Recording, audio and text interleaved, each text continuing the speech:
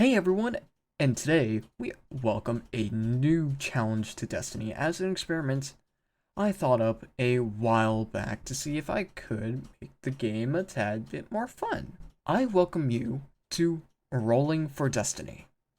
Here are the rules. After a mission, I have to roll a 20-sided die. 20 is where I find legendary loot, which you guys may suggest or I pick. 15 to 19, I pick a small pool of weapons. 10 to 14, fully randomized loot or penalty.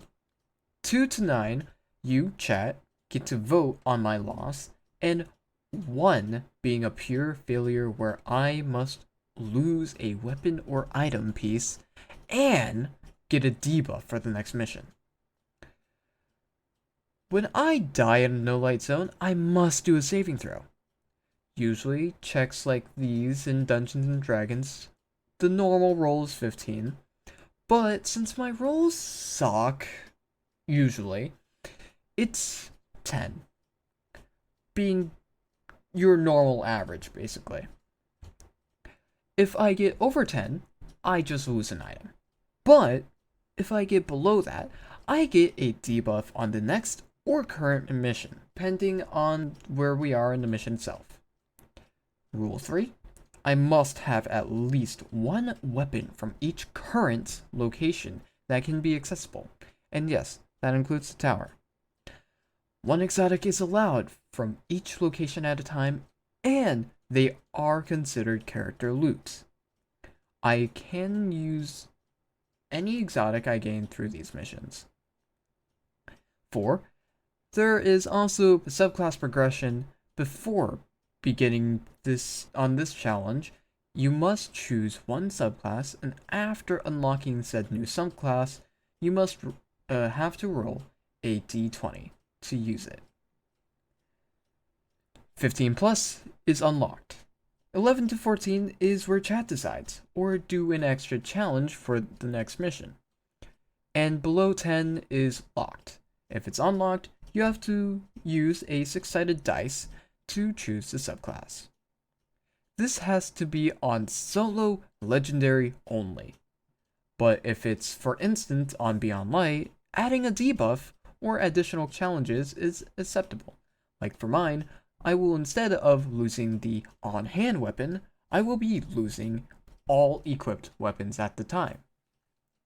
Rule 6, losing conditions are when I lose all my weapons and fail a trial. Finally, I must spend 6 hours max on the prepping phase. Since this rule wasn't entirely implemented before starting this, I did spend about 7 to 8 hours grinding for loot. Additionally, all the rules and other information of this challenge will be in the document that is linked in the description. So if you guys want to try this out too, you can. And it's also something to do with friends. Some of the stuff there is co-op friendly, but solo was in mind during the making of it.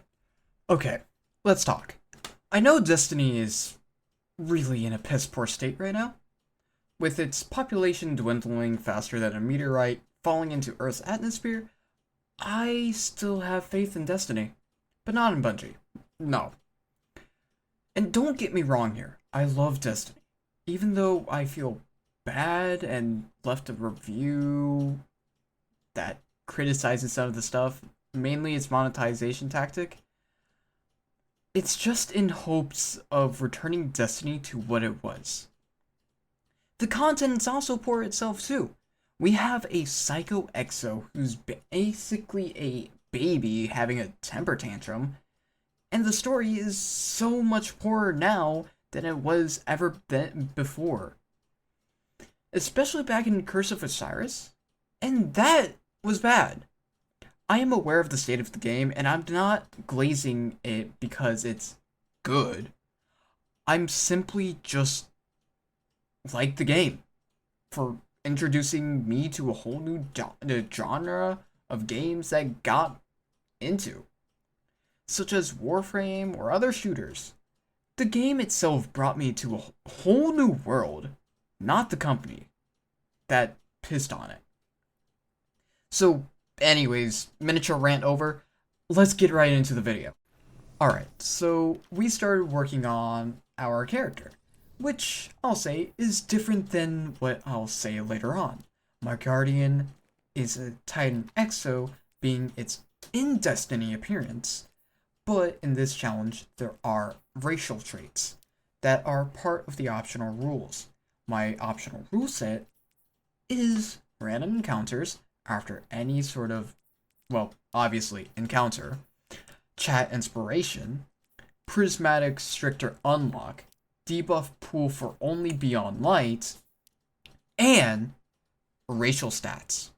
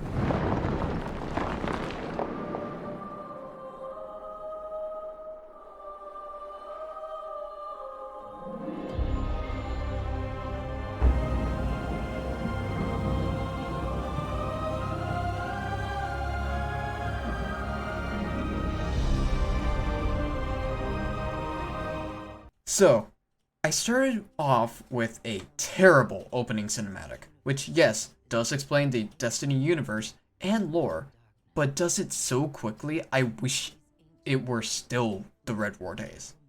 Especially where we don't have to sit for hours on end just to actually play the game. Like, it's endless exposition that could briefly be explained in the New Light section. Oh, wait. They had that before, but the DCV came out like the Black Fleet did. Anyways, Destiny Rising also did do Ikora dirty. Just God. So I shouldn't have enough to complain though, but anyways. Alright, so I got revived, I speedrun the gateway to eventually get the Kvastov. Got a rundown of who I am by Suki, my ghost. I slain a couple of foes because either they wanted to steal my glimmer, which I barely have, or are just trying to say hello. We then obtained Stubborn Oak, went further into the gateway, trying to get the hell out of the joints. I eventually met up with a couple of blueberries. Still running and jumping with a walker after committing to the jumping, we obtained the Exitus Mark I. For the Cosmodrome's first weapon. And no, the other two don't count. We then meet our friend Aztecross. Sean Hun. And then got the Sondok C. I then gave Suki a better shell than what she had and became Omni-Man for a brief moment. Nothing really happened until, what, 23-minute mark of the recording video? Besides just beating up everything, I met up with Shahan again to get a couple of quests, most notably a New Light quest and the Heart's Depth for the Arbalist. And gain another Cosmodrome weapon, the Darn Edus LR2. Thought about skipping the New Light progress, but then decided, nah, I'm gonna go do the Learning Light quest. Which I did, then meditated again, and again, and again, and again. which led me to face an encounter, the Thrall. I began throwing hands so hard with the Thralls with a little friend of mine, and I missed so unbelievably hard that I threw a grenade down as a fit. I went enraged because I'm a barbarian like that, which I should take time to explain this.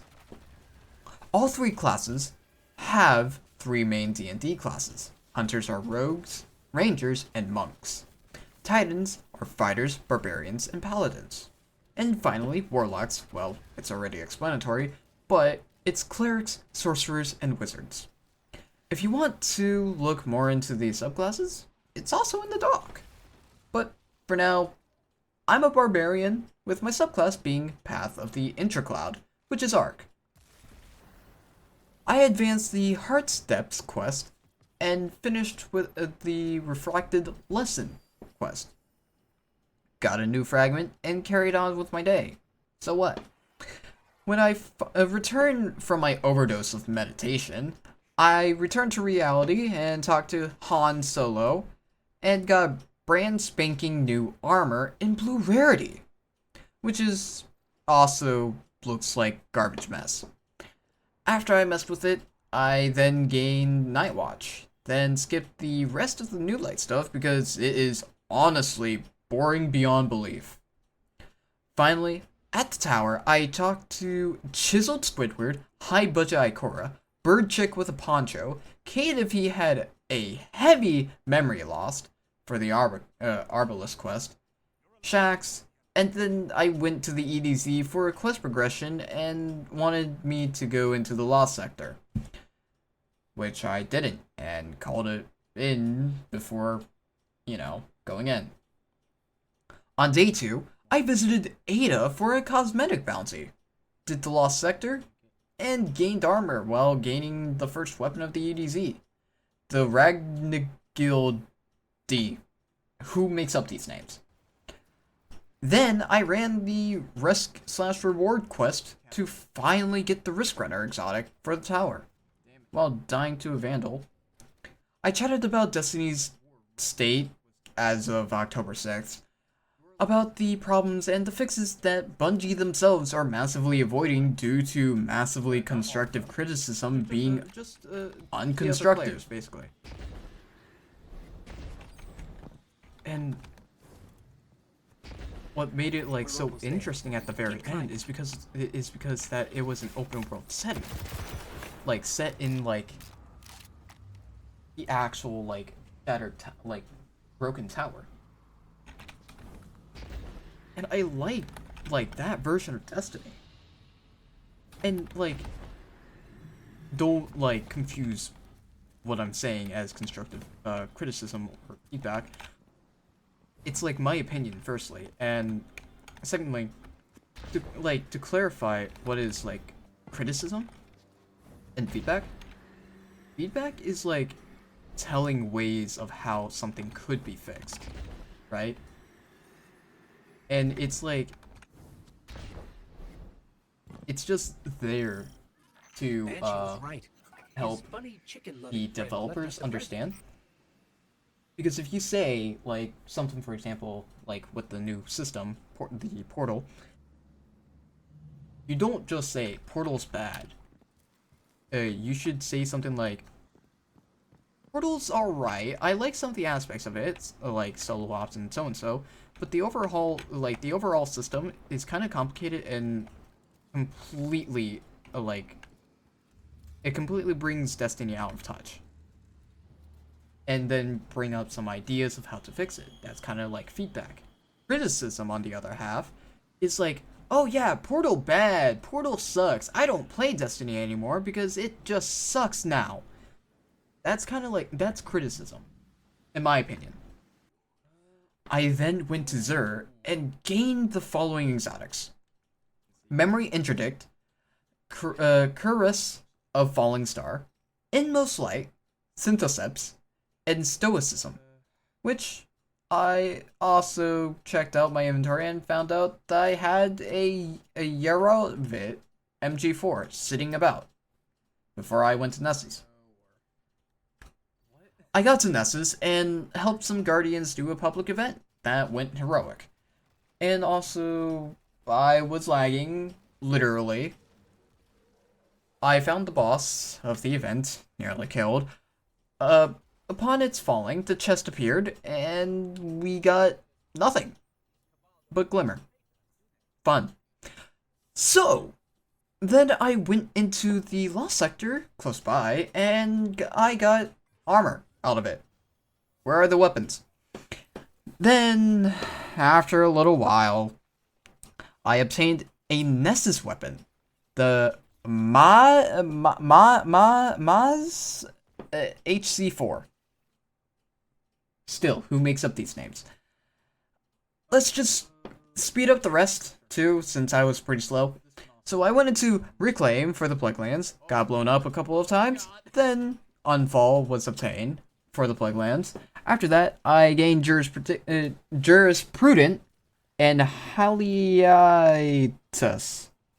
At the end, I gained the following: 2 Tier 1 Unfall and a Tier 2 Unfall, a Tier 2 Jurisprudent, a Tier 2 Boomslang for FR, and note to self, I'm never doing that again on camera. So I went back to the tower, gained my Guardian ranking, talked to Zavala to get Peacekeepers. I checked out the terminal off to the side and found out I could obtain the Golden Age Dropkick finisher, and finally finished off my Path of the Intercloud subclass with Ikora, which I then found out there was more. I then went to Rahul to get the Antius Ward exotic, which was the end of day 2. Day 3 and 4 are really short. Basically, I went into Heliostat, the new exotic mission, played a little bit of guessing game for 20 minutes in, then proceeded 5 minutes later. I took a little break after being jumped, then did a lame core parkour with radioactive material at the end of the mission. I found the boss, fought it. Whether this may be my slow movement or may it be my skill issues, God, I'm praying my skill issues, I died. Way, and I mean way too many times, because of stupid dogs and the radioactive environment. And that was before I thunderclapped the boss into oblivion, because I was so angry. Then I finally gained Wolfsbane and ended off the Plague Lands. Off camera, I went to the tower to obtain a free Tier 5 Jurisprudence from Mr. Blue Clean. Then went to Venus for the vault, then went against it due to my tiredness, I guess. I also went to the Dreaming City and did a public event and Lost Sector, but I really got nothing, so I called it for day 3. And on day 4, I just logged in.